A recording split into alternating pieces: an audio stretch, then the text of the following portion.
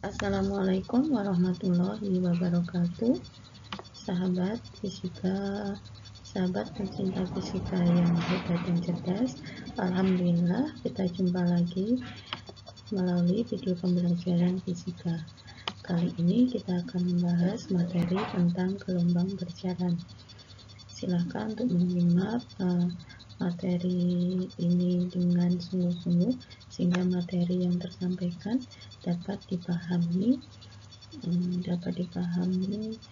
secara maksimal. Baiklah, kita akan mulai dengan pengertian dari gelombang berjalan. Nah, gelombang berjalan adalah gelombang yang memiliki amplitudo dan beda fase yang tetap di setiap titiknya. Simpangan dari gelombang berjalan di setiap titiknya dinyatakan oleh persamaan Y. P ini adalah sembarang titik sama dengan plus minus A sin omega plus minus Kx, di mana omega ini adalah omega ini kita sebut dengan kecepatan sudut, dan K di sini adalah bilangan gelombang, sedangkan A di sini adalah amplitudo. Amplitudo itu adalah simpangan maksimum. Nah, persamaan ini bisa dijelaskan melalui gambar seperti ini. Karena gelombang itu bersifat periodik, sehingga fungsinya dia harus persamaannya dinyatakan dalam bentuk persamaan fungsi periodik. Kita menggunakan sinus. Nah, ini yang amplitudo, yang dimaksud dengan amplitudo itu simpangan maksimum. Nah, di simpangan maksimum kita sebut dengan amplitudo.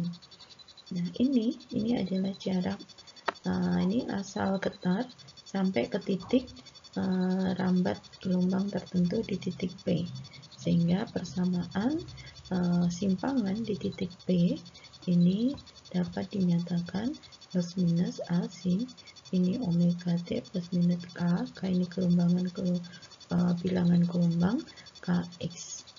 Nah, kita akan lihat. Nah, di sini ada tanda plus dan minus, itu menunjukkan jika bernilai positif maka sumber gelombang pertama kali bergerak ke atas, jadi simpangannya ke atas. Jika bertanda negatif maka pertama kali simpangannya adalah ke bawah, jadi kebalikan dari gambar ini. Nah, kemudian di sini juga ada tanda omega T plus minus juga di sini di depan bilangan gelombang atau di depan K. Ini menunjukkan, jadi kalau plus itu arah rambatnya dari kiri ke kanan, tapi kalau minus itu berarti arah rambat getarannya dari kanan ke kiri. Jadi sekali lagi, kalau tandanya positif arah rambatnya dari kanan ke kiri, kalau negatif arah rambatnya dari kiri ke kanan. Kita bisa lihat selanjutnya. Nah, ini omega. Nah, omega atau kecepatan sudut itu sama dengan 2 pi frekuensi atau 2 kali pi berkali frekuensi. Karena frekuensi itu adalah seperperioda, maka omega atau kecepatan sudut ini bisa dinyatakan sama dengan 2 pi per t. Nah, ini tadi K, ini yang disebut dengan bilangan gelombang. K itu setara dengan 2 pi dibagi lambda, di mana lambda itu panjang gelombang, X itu jarak titik P dari titik A asal, ini A asal ketar, nanti setelah waktu gelombang merambat dari A ke P. F itu adalah frekuensi. Tadi sudah dijelaskan untuk tanda fase gelombang ya. Nah, ini plus minus di sini. Ini namanya tanda fase gelombang. Bernilai positif jika gelombang merambat ke arah kiri. Jadi dari kanan ke kiri. Bernilai negatif jika gelombang merambat dari arah merambat ke kanan. Jadi dari kiri ke kanan. Nah, ini omega frekuensi sudut, kemudian lambda, kemudian waktu frekuensi. Ini merupakan besaran-besaran yang menunjukkan karakteristik dari gelombang itu sendiri. Nah, dan kita coba untuk contoh soal gelombang berjalan. Misalnya kita memiliki gelombang berjalan, ada soal seperti ini. Gelombang berjalan memiliki persamaan simpangan sebagai berikut. Y sama dengan 0,04 sin T, ini dalam kurung 40T plus 2X cm. Ini artinya cm di sini simpangannya itu satuannya adalah cm. Nah, berdasarkan persamaan tersebut, tentukan pertama arah perambatan gelombang, kedua frekuensi gelombang, kemudian C panjang gelombang, dan D adalah cepat rambat gelombang. Nah, kita bisa untuk mulai menjawab dari pertanyaan bagian A, di mana ditanyakan kemana arah rambat gelombangnya. Nah, kalau kita lihat persamaan di sini, arah rambat gelombangnya itu kita lihat dari di tanda fasenya. Di tanda fasenya itu positif, artinya dia arahnya ke kiri atau dari kanan ke kiri. Nah, sekarang kita lihat untuk frekuensi gelombangnya. Nah, frekuensi gelombangnya kita tadi punya persamaan Y sama dengan 0,04 sin Pi 40T ditambah 2X cm. Nah, ini harus kita Pi yang di sini harus kita masukkan dulu ke dalam tanda kurung, di dalam tanda kurung. Sehingga kita punya Y sama dengan 0,04 sin. Ini menjadi Pi-nya masuk ke dalam kurung, jadi ini 40 Pi T ditambah 2Pi X cm. Nah, kita lihat, kita setarakan dengan persamaan gelombang kita punya. Ini ada amplitudo, kemudian ini ada omega, ada K.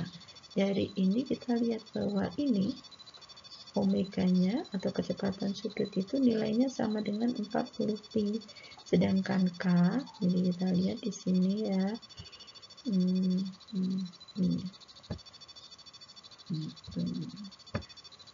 Nah, ini kita lihat di sini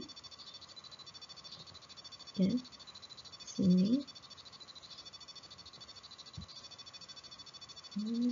nah, kita lihat ini di sini ya, ini pi namanya kecepatan sudut omega sama dengan 40 pi dan K nya sama dengan 2 pi. Ya, kita akan bikin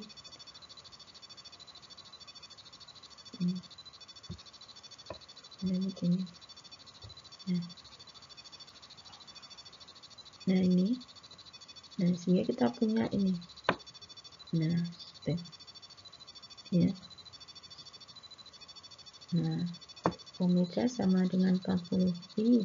Nah, omega sendiri tadi kita tahu omega itu sama dengan 2 pi F sama dengan 40 pi. Ya, kalau kita ini coret, nah ini kita bagikan, jadi 40 pi dibagi 2 pi, maka kita dapatkan hasilnya adalah F-nya 20 Hz. Ya. Kemudian K tadi di sini, K ini, nah ini K ini, nah ini K itu sama dengan ini 2 pi. Nah ini dengan 2 pi, sehingga kita dapatkan persamaan K sama dengan 2 pi.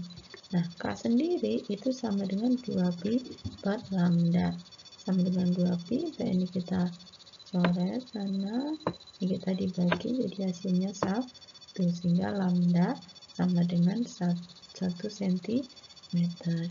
Yang berikutnya ditanyakan adalah cepat rambat gelombang. Cepat rambat gelombang itu hasil kali antara frekuensi dikali dengan panjang gelombang.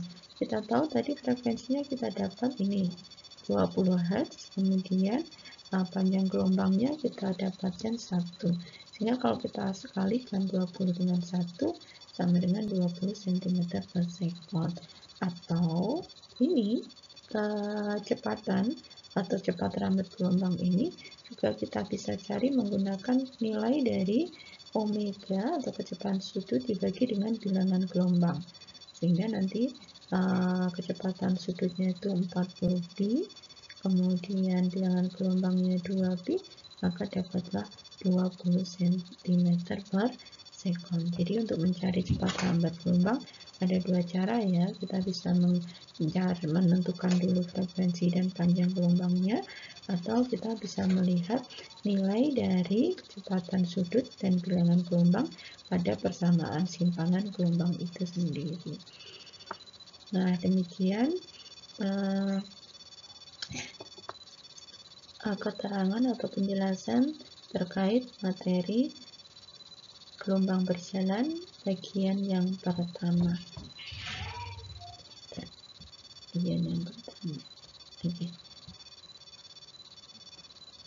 Oke. Nah, kita